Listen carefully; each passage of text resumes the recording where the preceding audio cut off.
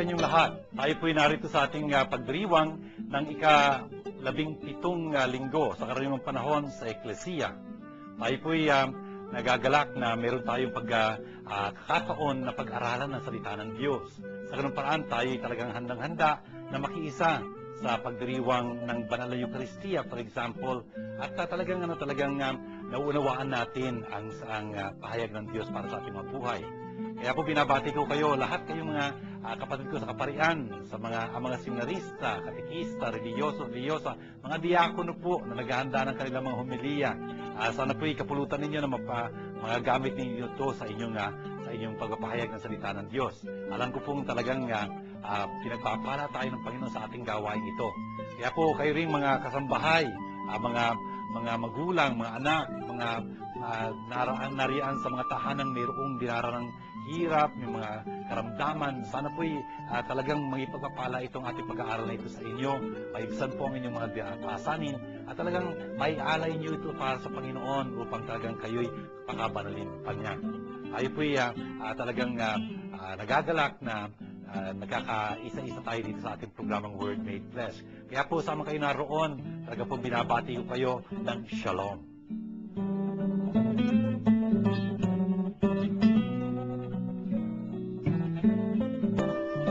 Ang Word Made Flesh ay masayang nakikibahagi at malugod na sumusuporta sa Pondo ng Pinoy.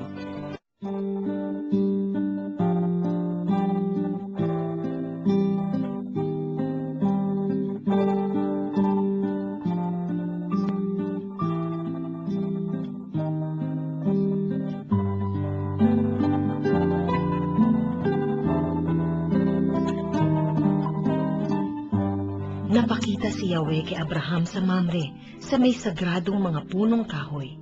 Nooy kaininta ng araw at nakaupo siya sa pintuan ng kanyang tolda. Walang ano-ano'y may nakita siyang 3 lalaking nakatayo.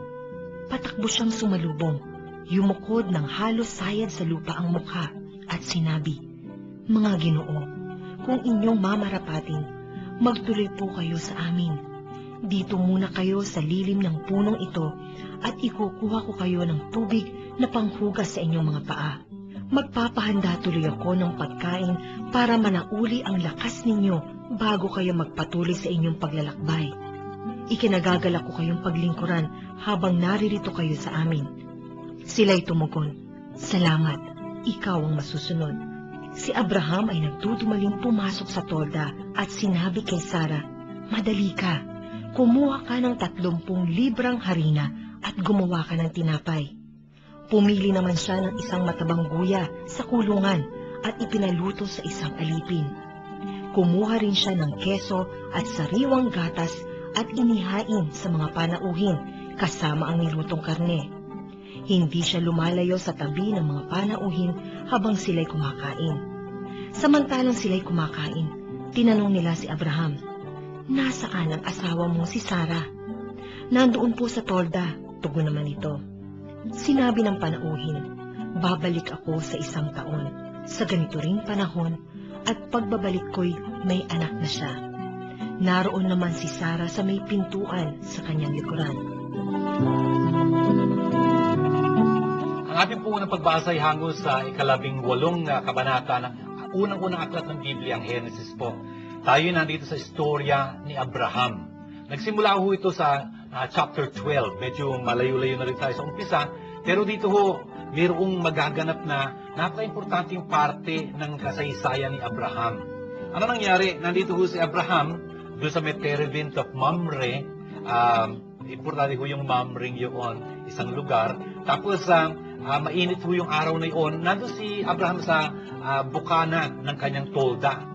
At pagtingin niya, meron siya nakitang 3 katao. Nakatayo malapit doon sa kanyang naroroonan nila. Tapos, ayan, nung nakita niya sila, tumakbo siya patungo doon sa bukana ng kanyang tolda nga at talagang binati sila at nagpakilpapa nga sa kanilang harapan. At ang sabi niya, eto nakapagtataka, sabi niya sa verse 3, "Sir, Akala ko ba 3 katao yun, pero Sir, ang sabi niya, sana po huwag niyong lampasan ang inyong lingkod, kundi magdadala ako ng tubig dito para sa inyong mga paa, mahugasan ng paa ninyo, tapos magdadala akong konting pagkain para sa inyo, sabi niya ganyan. At pagkatapos doon, tsaka kayo magpatuloy ng inyong paglalakbay.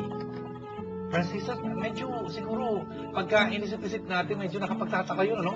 3 katao yung kausap niya, kaya lang ang kanyang bati sa kanila, Sir, isahan ho. Medyo mula din sa puntong ito, nakikita natin siguro mayroong parting kahiwagaan dito sa istoryang ito. Tapos nung nandun na nga,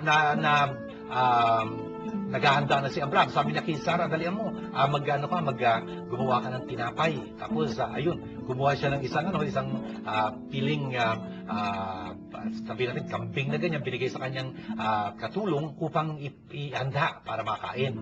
Ayun nga, naghanda na siya ng makakain itong mga panauhin. At pagkatapos doon, tinanong nga nung panauhin ni Abraham, nasaan si Sarah na yung asawa? Sabi niya ganyan. Tapos, nandun sa tolda ho, sabi niya ganyan. Sabi, may pangakong napaganda itong bibitiwan, itong isa doon sa mga panauhin niya. Sa isang taon, sa ganitong parte ng taon, babalik ako at si Sarah ay magkakaroon na ng isang anak. Francis, please remember, ito si Sarah at si Abraham, napakatatanda na ho nila. Hindi na ho sila pwede magka-baby kung tutuusin. Pero yun ang pinangako ng isa sa kanila. Natawa pa nga sa Sarah doon sa likuran ng tolde. Of course, hindi na binasa ngayon itong parting ito. Pero yun nga, tinatanong si Sarah, ba't ka natawa? Kasi sa loob-loob ni Sarah, paano magkakaanak pa akong ganito na akong katanda? Pero yun ang pangako dito nitong isang taong, isa doon sa 3 kataong yun, na babalik at babalik siya sa isang taon, sa ganito rin party ng taon, at si Sarah magkakaanak. Francis, napaka-importante nung pangakong yun, kasi ito ho yung magpapatuloy ng istorya ni Abraham pagdating ng panahon, si Isaac ho, yung kanyang anak na yon. Anyway, ang maganda nito, ano kaya ang dapat nating matutunan mula dito sa pagbasang ito? Francis, tingnan nyo, si Abraham, kinatungo niya kagad itong 3 kataong ito. Hindi niya pinalampas na hindi man lang sila napaglingkuran. That's a very beautiful virtue of hospitality. At tayo mga Pilipino, isa hong napakagandang katangian yun ng Pilipino. Na talagang kahit na walang-wala siya, gusto niya makapagbahagi sa kanyang mga bisita, sa kanyang mga kapwa, kung minsan hindi niya kilala. Yun ang maganda ron. Tingnan niyo dito sa puntong ito, hindi man lang alam siguro ni Abraham kung sino itong 3 kataong ito. Pero, at hindi niya siguro inaasahan na magkakaroon siya ng pangakong ganito na magkakaanak pa siya sa kabila ng kanyang katandaan.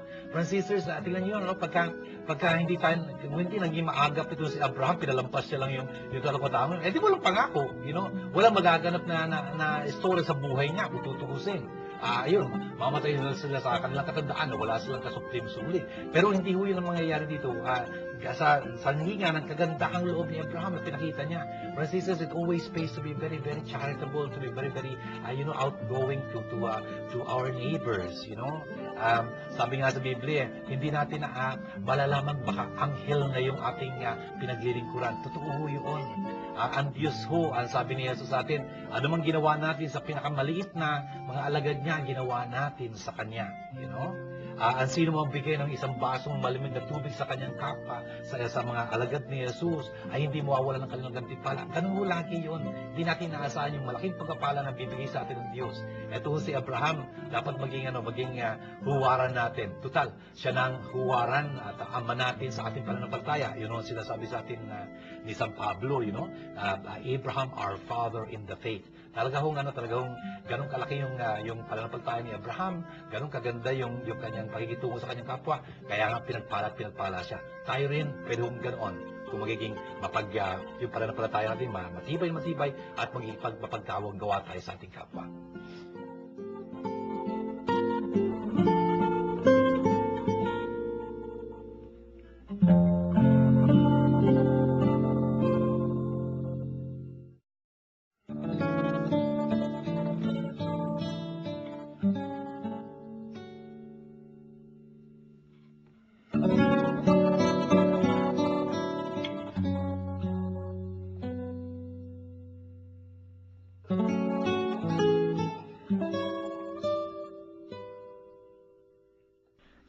Nagagalak ako sa aking pagbabata ngayon, alang-alang sa inyo, sapagkat sa pamamagitan nito'y naipagpapatuloy ko ang paghihirap na kailangan pang gawin ni Kristo para sa iglesia na kanyang katawan.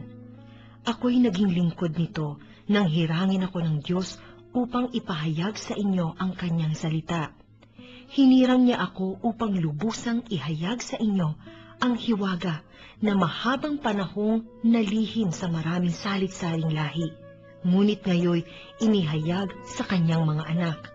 Inibig ng Diyos na ihayag sa lahat ng tao ang dakila at kamangha-manghang hiwagang ito. Ito ang hiwaga. Sumainyo si Kristo at dahil dito'y nagkaroon kayo ng pag-asang makapiling ng Diyos doon sa kaluwalhatian. Iyan ang dahilan kung bakit namin ipinangangaral si Kristo.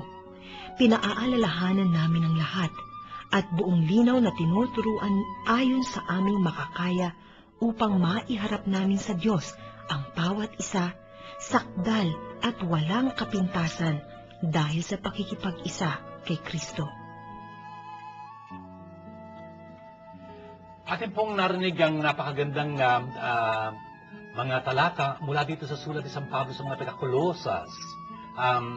Nandito po tayo sa chapter 1, verse 24 to 28. Dito po sa mga talatang ito, medyo magugulat tayo sa naririnig natin mula kay San Pablo.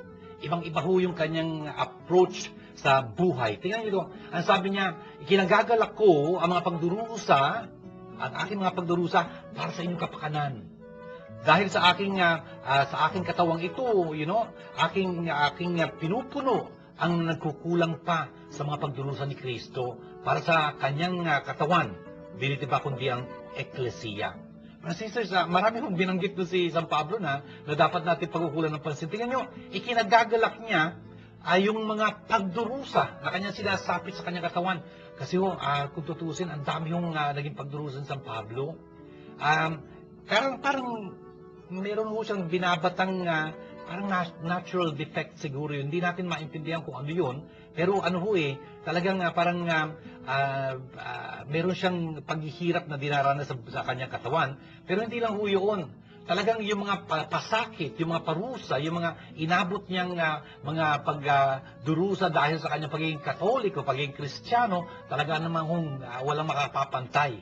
Kung ilang beses siya hinagupit, ilang beses siyang naharang ng mga tulisan nung nangangaral sa mga balita. Kung ilang beses siya talagang, nando sa laot at halos matay na dahil nawasak yung kanilang sakyang barko, etc. Talagang dami niya sinapit na mga pagdurusa, pero sabi niya, kinagagalak niya pa man din yun.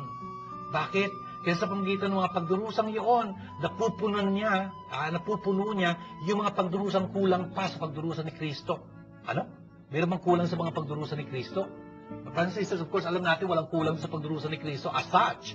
Ang kulang doon, kung may kulang man, ay yung ating ambag doon sa mga pagdurusang yon. Which is very, very true. Brothers and sisters, tandaan natin, tayong lahat bilang mga alagad ni Jesus, mga sumusunod sa Kanya, mga disipulo niya, mga natututo mula sa Kanya. Dapat alam natin na talagang ang buhay Kristiyano may mga pagdurusa. At yung mga sinasapit natin na sa pagsunod natin kay Kristo, mga pagsubok, sana ho, iintindihin natin, yun ho yung ambag natin doon sa mga kulang pa sa mga pagdurusa ni Kristo. Sa ganang sarili niya, yung pagdurusa niya, napagdusahan niya ng lahat, kung tutusin, puspusan. Kaya lang ho, kung Kristiyano tayo, hindi tayo pwedeng, nakasakay lang doon kay Kristo, nagpapasasa lang doon. Hindi, dapat nakikiisa din tayo sa mga pagdurusa ni Jesus para sa kanyang katawan, na dinitibagundi ang eklesiya. Brothers and sisters, yung pagdurusa, kung minsan, hindi natin nais yung mga pagdurusa, pero may mga pagdurusang hindi man lang natin inaasahan dumadapo sa buhay natin, hindi ho madaling intindihin yun. Isang misteryo yung pagdurusa kung tutuusin. It's a mystery. Ibig sabihin, hindi natin nakikita ng puspusan yung kahulugan noon. Meron ho siyang kahulugan kung tutuusin na lingid sa ating nakikita. Kasi pagka inisip-isip natin, si Jesus naman wala naman siyang kasalanan. Bakit siya pinagdusa ng Diyos? Bakit siya hinayaan ng Diyos na magdusa? Total, mahal na mahal ng Ama ang kanyang anak na si Jesus. Yun nga ho yun, wala siyang kasalanan. Tayo pa kaya, mga makasalanan, kung nagdurusa tayo, dapat hindi tayo masyadong magulat, Pero ang importante ho dito, pwede tayong magdusa at magdusa lang, na walang kahinatnan para sa kabutihan para sa ating mga sarili. Sayang, Hindi dapat gano'n yun. I always said, and I think you will remember, I say it here, na pain without Christ is just suffering, plain and simple, Pag yung mga sakit na dinaranas na walang pananampalataya kay Kristo, hindi kaagapay ni Kristo, bay pagdurusa lang yun, Pero yung yung mga sakit na yun, dinanas natin, dinaanan natin ng puspos ng pananampalataya na alam natin, hindi tayo pahintulutang subukin ng Diyos ng higit sa ating mga kayanan. Sabi nga ni San Pablo, pagka ganun, yung mga pagdurusang yun na sinasapit natin na mayroong kalakip na pananampalataya kay Kristo, yun ho ay nagiging mga sakripisyo. Pain with Christ is sacrifice. Napapabanal ho tayo sa makatuwid. Napapabanal tayo. At ang sabi ni San Pablo dito, napakahalaga ho ito, yung katawan ni Kristo ang eklesiya. Ang eklesiya ho, the church, is the body of Christ, the mystical body of Christ. Si Jesus ang pinakaulo ng eklesiyang ito, tayo yung mga bahagi ng katawang ito. Brothers and sisters, napakahalaga ho na yung ulo at yung katawan magkasama, hindi ba? Natural, Can you imagine yung ulo nandito, yung katawan nasa kabila? Hindi naman siguro ganun yun, Ibang kayo pag nagkataon, hindi katawan. The point is, ito ho yung kahiwagaan na dapat nating maunawaan. Tayo ho'y kabilang sa katawan ni Kristo. May hiwagang katawan ni Kristo, dili ba kundi ang eklesiya. Kung kaya ho, importante, nakikisatagoy tayo lagi sa eklesiya kasi ayaw nating, mahiwalay sa katawan ni Kristo, hindi ba? At ito ho, magandang very practical application of this, very practical application of the body of Christ is the church, is pagka nagsisimba ho tayo, Pagka nagsisimba tayo, natitipon tayo doon, kitang-kita mo bilang katawan ni Kristo. Ang katawan ni Kristo sumasamba sa Ama ng sama-sama. Yun ang liturhiya, sama-sama pagsamba. Brothers and sisters, the point is, yung dapat mangyari kung nandun tayo sa eklesiya at talagang katawan tayo ni Kristo, dapat magkakasama tayo, Hindi yung pwede na yung ulo si Jesus nasa altar, tapos yung katawan niya, naku, nagkalat po, Hindi naman ganun ang katawan, nagtitipon-tipon, Kung kaya nga, pag kami misa ho, sikapin natin talagang pumunta sa may harapan. Importante yun. Napapakita nung talaga, katawan tayo. Hindi yung wala tayong pakialamanan, Kapag mainit doon sa... siguro pwede tayo magdala ng pamaypay o ayusin natin yung ventilation system, pero hindi pwedeng gawing dahilan yon. Tingnan nyo kung naintindihan na talaga natin yung the church is the body of Christ, pakita natin talagang katawan tayo, sama-sama tayo nandoon. And of course, ginagawa lahat ito ni San Pablo, danasin yung mga hirap na yon na may galak upang maipahayag nila ang salita ng Diyos. Brothers and sisters, ito ho yung sinisikap gawin din ni Father dito sa ating program Word Made Flesh. Word Made Flesh, The Word of God, Jesus, who became flesh in the womb of Mary. Kaya lagi niyo nakikita ang ating inang birhen nasa likuran lagi dito, party yun ng ating background. Hindi lang ho siya background, talaga importante na dito sa programang ito. Ang ating inang birhen, ang modelo natin sa pakikinig sa salita ng Diyos. Napakaganda ho nito. Ito ho yung ipinapahayag, verse 28, ang sabi niya, it is He, Jesus, whom we proclaim, admonishing everyone and teaching everyone with all wisdom. Sabi niya ganyan. Itong Jesus na ito, so that we may present everyone perfect in Christ. Brothers and sisters, yun ho yung layunin ng Word Made Flesh. Wala ho ibang adhikain ng Word Made Flesh, kundi, ipahayag po ang salita ng Diyos upang talaga tayo ay maintindihan to, at maging ganap kay Kristo. Yun ho ang ating mithiin.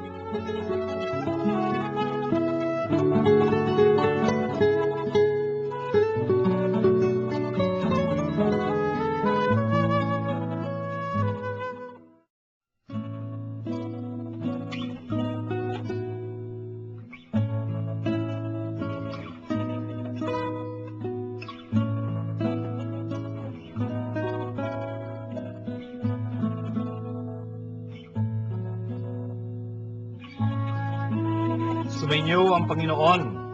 Ang magandang balita ng Panginoon ayon kay San Lucas. Nagpatuloy si Jesus at ang kanyang mga alagad sa kanilang paglalakbay at pumasok sa isang nayon. Malugod siyang tinanggap ng isang babaeng nangangalang Marta sa tahanan nito. Ang babaeng ito'y may isang kapatid na Maria ang pangalan. Naupo ito sa paanan ng Panginoon at nakinig sa kanyang tinuturo. Alalang-alala si Marta sapagkat kulang ang kanyang katawan sa paghahanda. Kaya't lumapit siya kay Jesus at ang wika, Panginoon, sabihin nga po ninyo sa kapatid kong tulungan naman ako. Ngunit sinagot siya ng Panginoon, Marta, Marta, naliligalig ka at abalang-abala sa maraming bagay. Ngunit isa lamang ang talagang kailangan. Pinili ni Maria ang lalong mabuti at ito'y hindi aalisin sa kanya. Ito mga kapatid na magandang balita ng ating kaligtasan. Ito pong ating pagbasa hango sa Ebanghelyo sa Lucas chapter 10 po ay nagpapakita sa atin isang napakagandang tagpo sa Ebanghelyo ni San Lucas. At ito po'y tungkol kay Marta, kay Maria, at alam mo natin may kapatid pa silang isang lalaki, si Lazaro. At hindi ho binanggit kung ano itong village na ito, itong baryong ito. Pero alam natin, mula kay San Juan, for example, na ito yung Bethania, Bethany. Hindi ho ito kalayuan sa Jerusalem. Ito ho'y mga 3 kilometers lamang mula Jerusalem. Kung tatandaan niyo ho, si Jesus ay taga Nazareth. Ay, di ba Nazareno siya, no? Nasa norte siya. Pagka ho bumababa siya at dumadalaw sa Jerusalem, ginagawa ho yun ng isang talagang mabuting Hudyo 3 times a year, kung tutuusan, from 13 years old upwards, no? Pagkaya nila. Maintindihan niyo na pagka galing sa Galilea si Jesus, abay, buti-buti na lang meron siyang mga kaibigan doon sa Betania. Meron silang matitirahan, you know?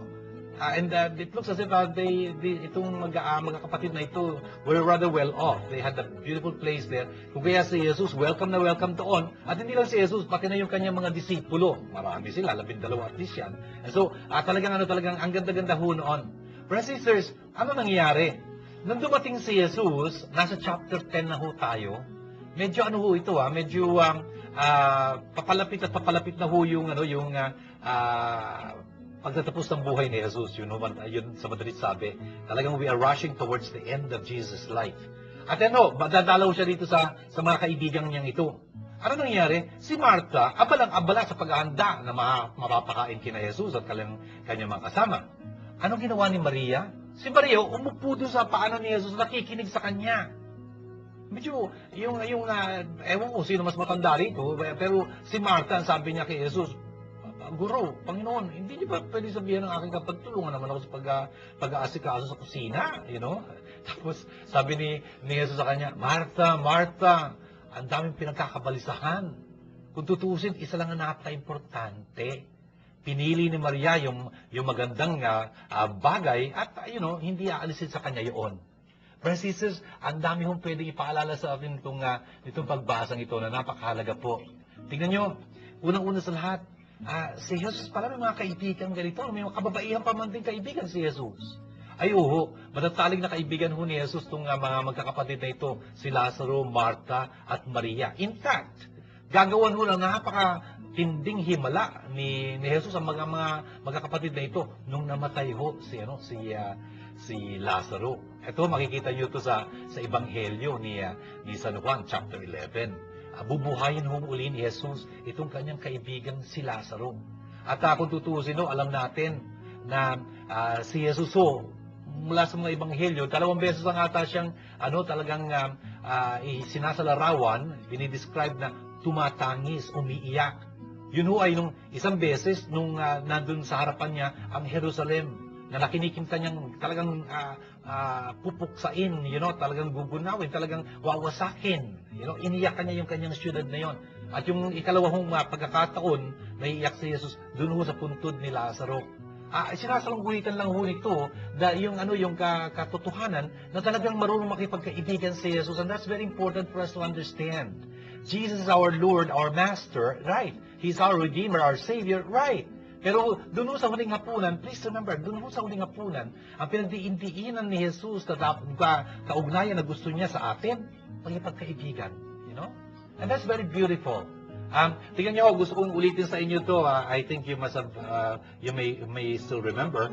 In John chapters 13, 14, 15, 16, 17, you know? 13, 14, 15, 16, 17. Itong 5 mga kabanatang ito ay tungkol sa huling hapunan. Ano ang pinakagitnang kabanata rito? Natural, 15. Ano yung 15? Pagka binasa mo yung chapter 15, it has 27 verses. So mga tuwid, ano kalagitnaan ng 27? Siguro mga 13 and a half, 14, di ba? Okay, ano yung mga talatang yun? Ang ganda ho ba basahin ho ng mga talatang yun? Verse 13 ho, ang sabi niya, wala nang higit pang pag-ibig kaysa rito na ibigay ng isang taong kanyang buhay para sa kanyang mga kaibigan. Verse 14, mga kaibigan ko kayo kung tinutupad yung mga utos ko. Verse 15, hindi ko na kayo tinuturing ng mga alipin, hindi alam ng alipin ang ginagawa ng kanyang Panginoon. Sa halip, tinuturing ko kayo mga kaibigan. Dahil binunyag ko sa inyo lahat ng narinig ko mula sa aking Ama. Brothers and sisters, nakakasan niyo yun? Sa kalagitnaan itong pagsalaysay ni Jesus, ni San Juan tungkol sa pangyayari sa huling hapunan, kalagitnaan nito, pinagdiin-diinan ni Jesus, kaibigan, kaibigan, kaibigan. Ganun ho yun eh. Ito ang sinasalungguhitan itong tagpong ito, na si Jesus dumalaw doon sa kanyang mga kaibigan. You know? Importante ho na sana ang turing natin kay Jesus. Marami tayong pwedeng ituring kay Jesus, pero ang pinagdiin-diinan niya bago siya namatay, at napaka-importante sa ating maintindihan, mga kaibigan tayo ni Jesus. Yun ho yun. And so, here we have Martha welcoming Jesus, you know, into their home. At magpapakabal siya. Natural lang na, you know, may mga bisita sina Martha at Maria at Lazaro, natural aasikasuhin sila, no? Natural lang iyon. Pero tingnan nyo, medyo si Jesus nung dumating siya rito, sabi ko nga sa inyo, papalapit na yung dulo ng buhay niya. Bakit ba siya napunta ron? Hindi lang para dumalaw sa kanila, you know? Kundi, siguro parang may hinahanap si Jesus dito na mga kaibigan niya ito, you know? Siguro makikinig sila sa kanya, tulad ng hindi nakinig sa kanya yung ibang mga tao, you know? Kasi medyo naramdaman na ni Jesus, in fact, dito sa puntong ito ng Ebanghelyo niya, ni San Lucas, na talagang ang daming mga taong kumukontra sa kanya. Pero dito ho, inaasahan ni Jesus sa piling ng kanyang mga kaibigan, you know, he could be more relaxed, talagang makapagsasalita siya ng tatanggapin itong mga kaibigan niyang ito. Ganun ho yun eh. Natural lang yun, you know? And so, gulat na gulat si Jesus na hindi naintindihan ni Martha yon. Maybe Martha can also not understand that, na yung pala hinahanap ni Jesus nung dumating sa kanila, hindi pala pagkain or something like that, you know? Hindi naman dumating doon para mag-party sila or something. Hindi na, kundi willing ear, you know, to listen to the teaching of Jesus. Kung kaya, ang ganda-ganda nung ginawa ni Maria, na naupo siya doon sa pano ni Jesus at nakikinig, you know? Isa kong napakagandang taguri, isang masasabi tungkol sa isang disipulo. Please remember, the most beautiful, the greatest compliment that can be given to a student is to say na itong estudyante ito parang cistern, you know, cistern. Cistern ho, imbakan ho ito ng tubig, you know. Tandaan ho natin, always read the text in context. Ano ho? Dito sa Pilipinas, salamat sa Diyos, ang dami natin tubig dito, no? Of course, pinag-iingat din tayo ngayon, no? Dahil, you know, pagka hindi tayo, nagpapagustay tayo ng tubig, baka mawalan tayo ng tubig dito sa Maynilaan, for example, o dito sa Pilipinas. The point is, ang dami natin tubig dito, hindi ho totoo yun sa Israel, you know? Yung isang bagyo ho natin dito, isang taon nila ng ulan yun doon. Can you imagine? You know? And we have more than 22 typhoons here, you know? Yun nga ho maintindihan sana natin sa Israel ho, yung tubig napaka-importante ho, kaya iniimbak. You know, iniimbak. At yung mga imbakan nila, malalaki ho yun. You know, cistern ang tawag nila doon. Hukay nila yun, tapos papalitadahan para more or less walang butas. Tapos may cover yun, lalakad-lakaran ho yun sa itaas. You know, you can have a playground upstairs. I mean, something like that. Kasi matibay naman yung construction yun. The point is, yung tubig ho ng ulan, you know, dadaloy doon at may ipon doon. At least meron silang panghugas, meron silang kung ano, you know. Pagka pinakuluan, pwede pa rin inumin or something like that. Kasi wala ho masyadong tubig doon.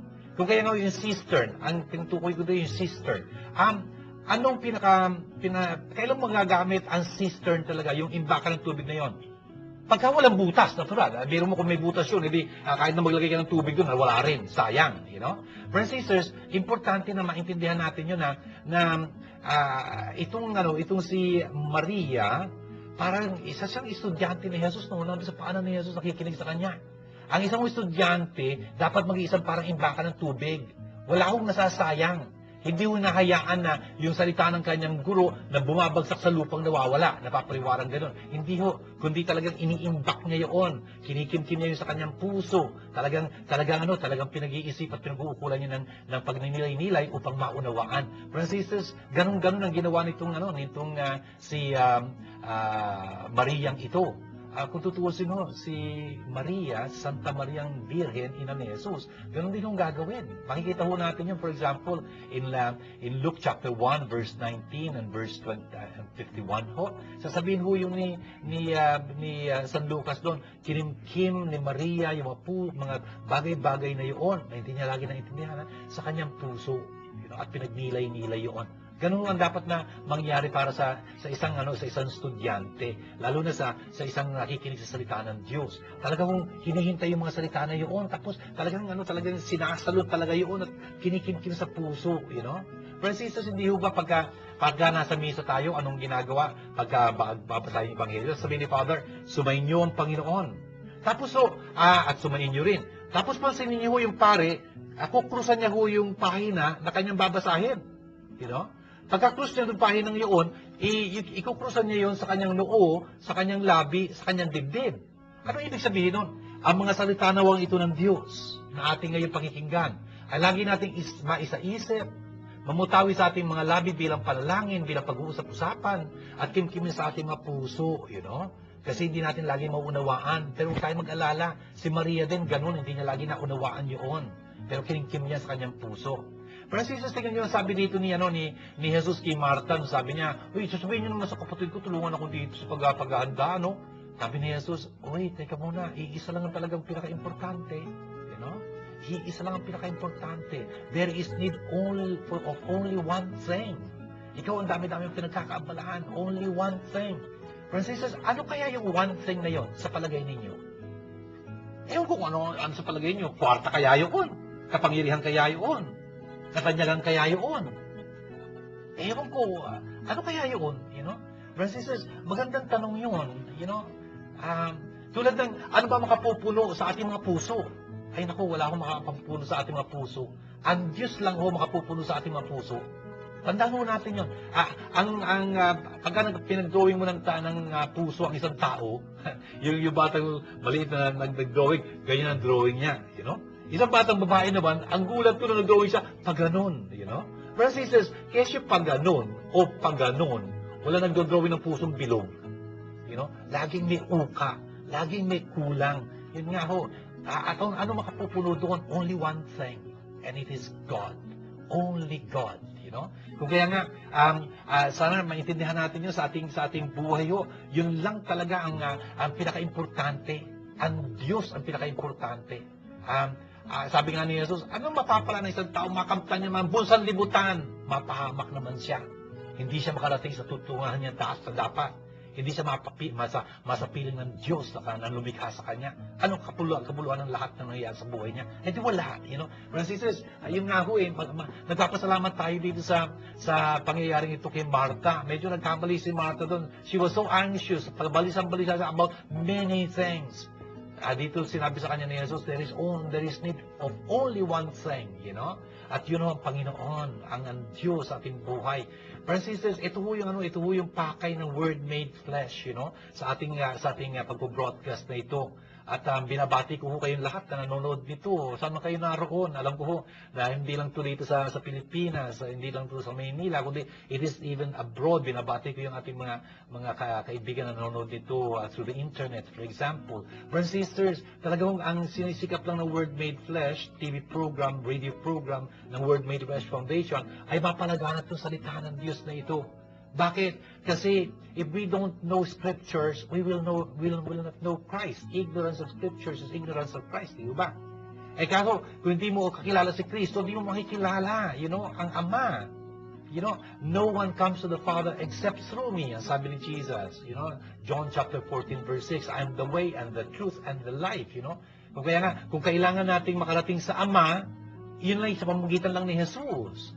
At pagka narating natin ang Ama at si Jesus, yun ang simula ng buhay Diyos, eternal life, you know. Kung kaya, importante ho na talagang pag-aralan natin sa salita ng Diyos. This will give us the only way to the one thing necessary in our lives, and that's God, you know. Kung kaya nga, itong ating ginagawa dito pag-aaral, sana talagang sikapin nating puspusa na maunawaan, you know. Kung kaya, inihikayat ko kayo, lagi kayo magsusulat, brothers and sisters, importante ho yun, you know. Sinusulat ninyo yung naririnig nyo dito, at mababalik-balikan nyo yun, kung tutuusin.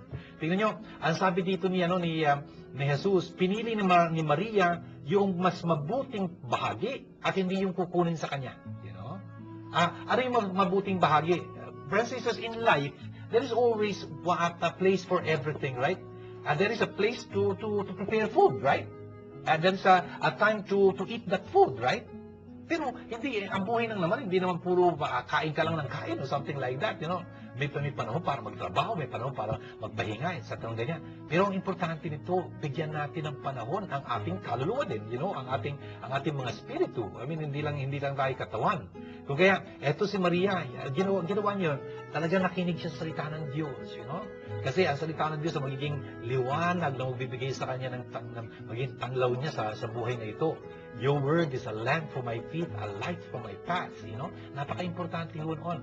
Tingnan nyo, sa ecclesia ho, you know, sa ecclesia, the church, there is always a place for everybody. There are those who are contemplatives, you know. Kunyari, yung mga mongha, for example, in their cloisters, you know, they are very important. They attract God's blessing to the church. Kung tutusin, sa magitan ng mga buhay nilang tinalaga sa Diyos, sa kanilang panalangin na patuloy na panalangin. Pero there are also people, yes, they will be praying, but will be more actively, you know, involved in the mission of the church. You know, yung mga misyonaryo, ganyan. Napakahalaga po noon. Hindi pwedeng walang magpunta sa ibang mga lugar at mangaral. Importante ho rin itong ginagawa dito sa Word Made Flesh. Nandito po si Father June, nangangaral siya mula dito, you know. Hanggang dyan sa inyo, at yung inyo yan, ibig sabihin, buong mundo ho ito. You know, when you think about it, hindi lang ho isang classroom to, isang simbahan to, isang football field, kundi ito yung buong mundo na ho itong pwede nating makausap dito. Mapahayagan ng magandang balita. Friends and sisters, yun nga meron dapat gumawa ng mga bagay na yun. Hindi maglalaban yun. There are people who should be like Martha and people who should be like Mary. But hopefully, they will always be rooted in God's Word sa pakikinig sa salita ng Diyos. Sana ho yun ang maging pagpapala natin. Kaihigan natin ang salita ng Diyos at sinasabuhay yun.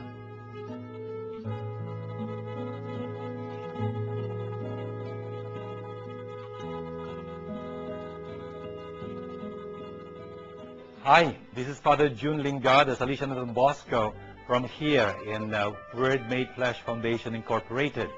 We have been airing our Word Made Flesh TV program a whole 2 years and 9 months now, and all with God's help, no sponsor whatsoever. As you can understand, God is really counting on people whom He is touching through this program. And so if you feel blessed by this program, Word Made Flesh, do help us, do help God, do help the Word Made Flesh. And so here are our accounts, bank accounts, Bank of Philippine Islands, our PASO account 0011165362, our dollar account BPI 00141506. Please know that even now, with your goodwill, God is already blessing you. So I'd like to thank you on behalf of Word Made Flesh Foundation. Shalom.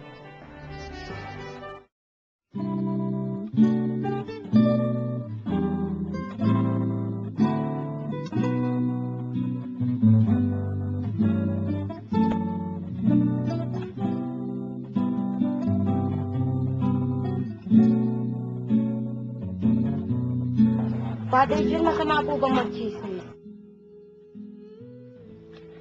Thank you, FF, sa iyong tanong, Father, masama po bang magchismis? Alam nyo, yung pagchichismis, usually, negatibo ang dating nun, no? Pagka nagchichismis, ibig sabihin, hindi masyadong totoo yung pinag-uusapan, no? Kaya, kung totoo man, nakakasira, hindi maganda, hindi pagpuri yung chismis, right? Siguro, umpisa nating para sagutin to, ano ba yung inutos sa ating ni Jesus, yung ginintuang utos sa atin ni Jesus? Sabi niya, gawin ninyo sa iba ang gusto nyo gawin nila sa inyo. Do to others what you like others to do to you. Ikaw ba kaya, gusto mo bang pagchichismisa ka? Ewan ko lang, kung gusto mo, kung gusto mo, pwede rin. May pagka nagkataon, pero malamang hindi mo gustuin yun eh. Yun nga. Kaya hindi tama, hindi mabuti. Masama, right? Masama. Pagka meron kang gustong sabihin tungkol sa iyong kapwa, kung maganda yun, pwede mo sabihin sa iba. Kung hindi maganda yung sasabihin mo, huwag mo sasabihin sa iba, Sabihin mo doon sa kinauukulan. Tingnan natin kung kaya mo yun. Kung hindi, tahimik ka, pagka ganun. Basta, yung pag-chismis, hindi magandang bagay talaga yun. Hindi sasang-ayunan ni Jesus yun. Kasi nakakasira lang yun eh, merong kasabihan. Kapag meron kang pupurihin, purihin mo ng hayagan. Pagka meron kang pupunahin, punahin mo ng lihim. Importante yung ganun yun. Basta yung gusto mong gawin sa iyo ng iba, gawin mo yun sa kanila. Pag chismis, hindi mo gustuhin yun, huwag mong gagawin yun. Father, yung masarap bang mapili sa ulam?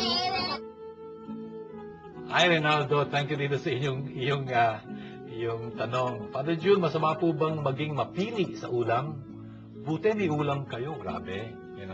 Kasi doon sa Tondo na nandun ako, alam nyo, minsan may kausap ako doon. 2 dalagita ito nandun sa harapan ng kumbento. Mabilis ako natapos ng lunch. Mga 12:30 pa lang nandun ako sa baba. Sabi ko, kumain na kayo? Opo, Father. Ano kinain nyo? Kanin po. Ano kasama ng kanin? Bagoong po. Ano pa? Wala na po. Grabe. Akala ko bagoong kasama nung kare-kare, Pero hindi pala ganun yun. Pipili ng ulam? Siguro hindi dapat ganun. Alam niyo, mayroon akong kaibigan, maliit pa siya noon. He was just about 5 years old. Ito sa Italy ito. Natanda ko pa yung dialogue nandun ako sa bahay Ayaw kumain. Ayaw kumain. Ayaw niya raw yung pagkain yun. Sabi ng mama niya, o sige, kung di mo kakainin yan, wala kang kakainin ngayon. Sabi kanya. Kasi tandaan mo, ang dami-dami mga batang namamatay ng gutom. Dahil wala silang makakain. Ikaw, kapritsyo ka dyan, Alam niyo, mamaya, kumakain na siya, tahimik siyang kumakain. Kuminsan kasi hindi natin naintindihan, ang dami palang tao, hindi malang makakain. Hindi malang makakapili ng ulam, Kaya, dapat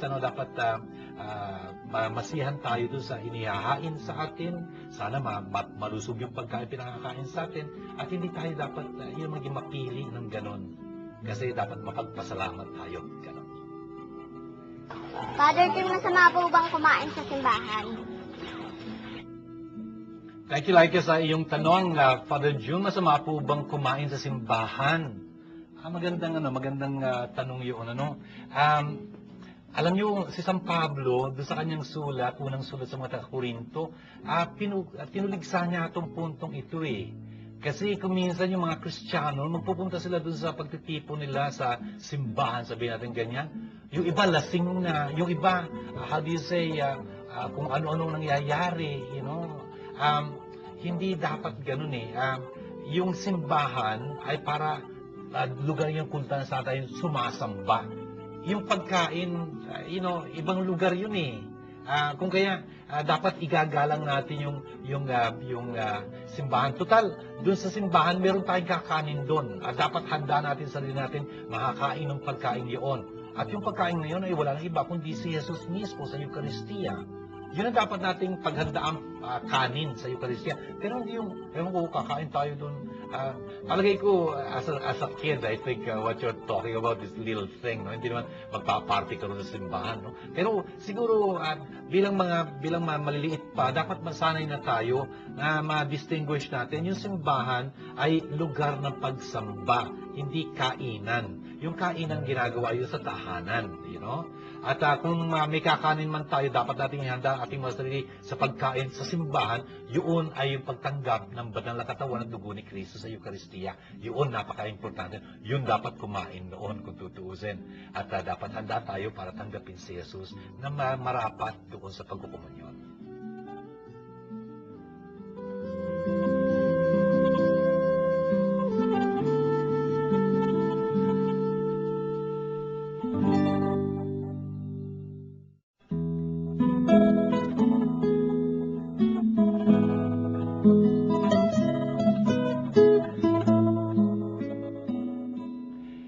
Dito po sa ating mga pagbasa sa ika-16 na linggong ito ng karaniwang panahon sa Eklesiya, ang dami pong pinaalala sa atin ng ating mga natunghayang mga pagbasa.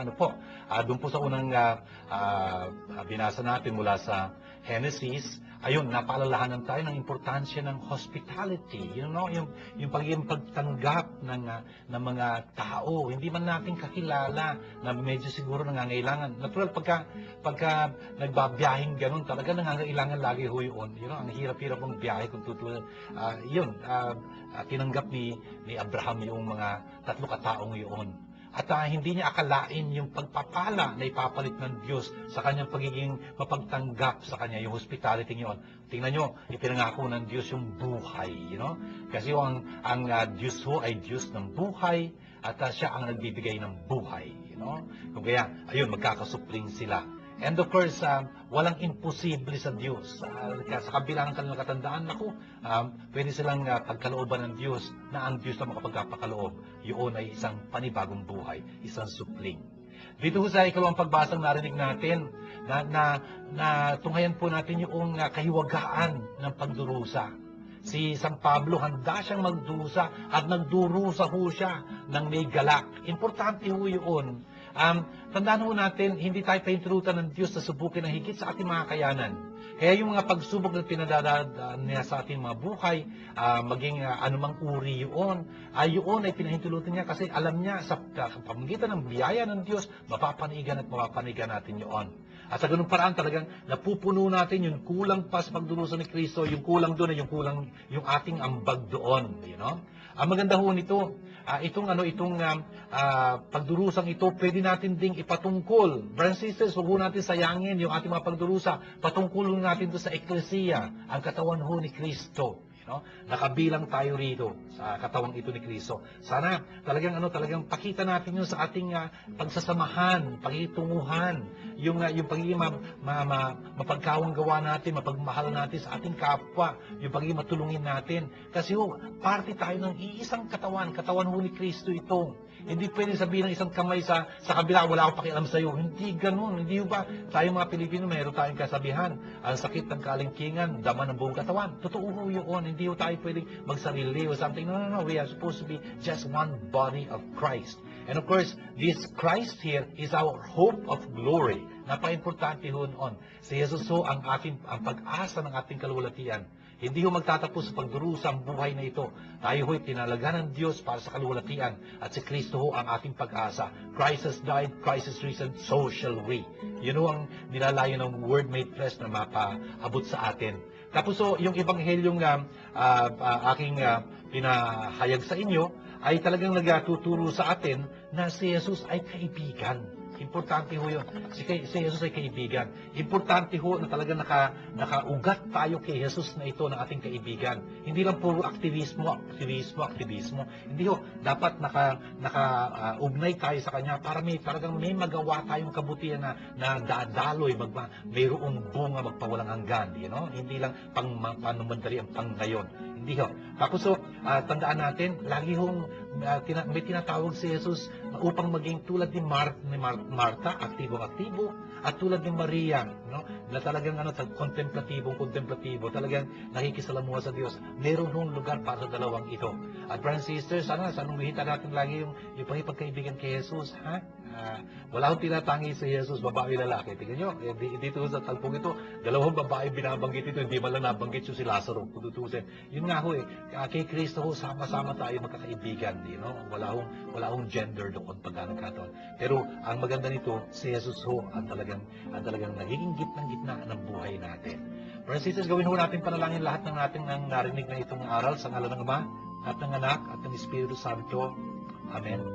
Abba, mapagmahal naming Diyos at Ama, salamat pong marami dito sa mga napaalala niyo sa amin sa mga pagbasang ito. Inilang po namin na sana habang umuunlad ang aming kaalaman tungkol sa inyong banal na kasulatan, talagang tumitindi rin ang aming pag-ibig sa inyo, sa Eklesia ang aming kinabibilangan. Abba, tinataas po namin sa inyo lahat ng mga humihingiling ng aming panalangin, lalong-lalo na yung mga may paghating dinaranas, yung mga nasisiraan ng loob dahil sa makapagdurusan lang, yun yung mga nangungulilat na nalulumbay dahil sa pagyaw ng kanilang mga minamahal, na kuminsan napakatindi at napakarahas na paraan. Yun din ho, may mga karamdaman tinataas namin sa inyo. Sana ho'y lampian niyo sila ng inyong biyaya, maib sa kanilang pagdurusa. Aba, hiniling po namin sa inyo, pagpalain nyo rin ang mga tumutulong sa amin sa maisagawa itong aming programang Word Made Flesh. Saan man ho sila naroon, ano man ang kanilang kalagayan, at yung nagnanais din na tumulong sa amin, pagpalain nyo na. Lahat ito yung aming ginagawang dalangin, kasama ng aming ng Birhen, alang-alang kay Kristo, aming Panginoon. Amen. Sumainyo ang Panginoon, at pagpalain kayong masaganang ng kapangyarihan ng Diyos, Ama, at Anak, at Espiritu Santo. Amen. Ito po ang ating programang Word Made Flesh. Sana po naging pagpapala ito sa inyo. Sana po nagbukas sa ito ng inyong isipan, nagbigay sa inyo ng pag-asa. Hanggang po sa muli natin pagtatagpo sa ating programa uli. Sana ipagpalain kayo ng Panginoon. Shalom sa inyo lahat. This program is brought to you by God, the Word made flesh. Indeed, God is our sponsor.